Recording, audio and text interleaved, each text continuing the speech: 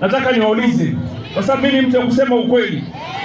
Niwaulize, wakati Rigiji alikuwa ofisi, alifanyia nyinyi nini?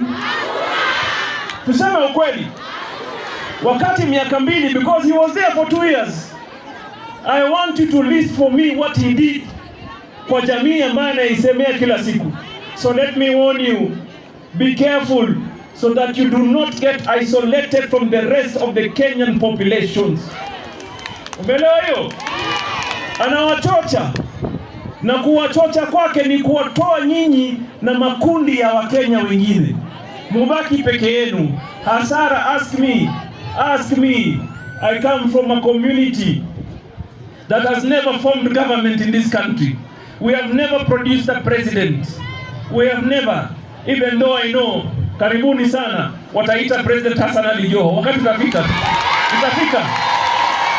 I want to tell you, if you do not get organized, and those that have been blessed by the leadership of this country to lead the country, if you're not careful, mujitoe, it will take you a long time to come back to mainstream.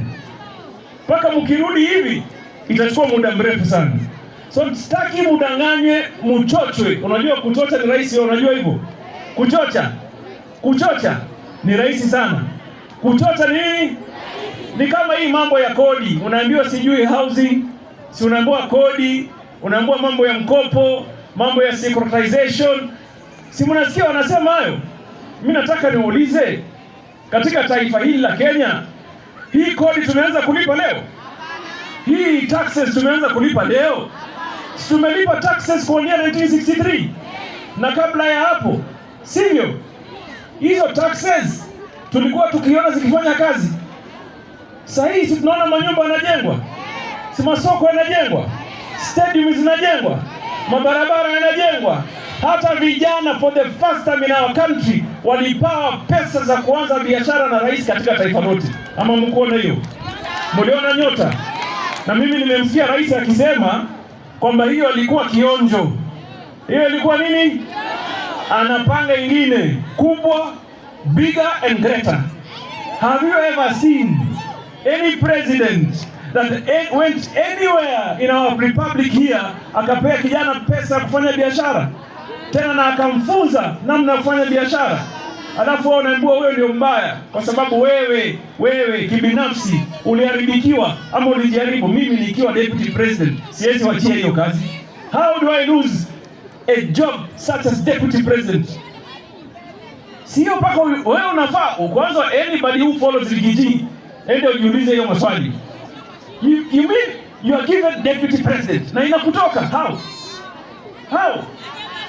how? Ikiwa deputy governor wa Susan Kihika hapa ameshikilia vizuri sana, mpaka Susan anasema huyu deputy wangu ni mtu mzuri. How are you given a deputy president job na ikutoke? Kivipi? Kwa sababu ya ukabila, kwa sababu ya uzembe, kwa sababu ya kugawanya Wakenya. Mimi unajua, Susan, I've never told you this. Siku moja nilipokuwa waziri, nilikuwa mara ya kwanza, na unajua mimi niko na style yangu, mimi naishi vyangu. Mimi ni mtu mara navaa kofia, mara navaa viatu vieleweki. Ni mimi, si ndio?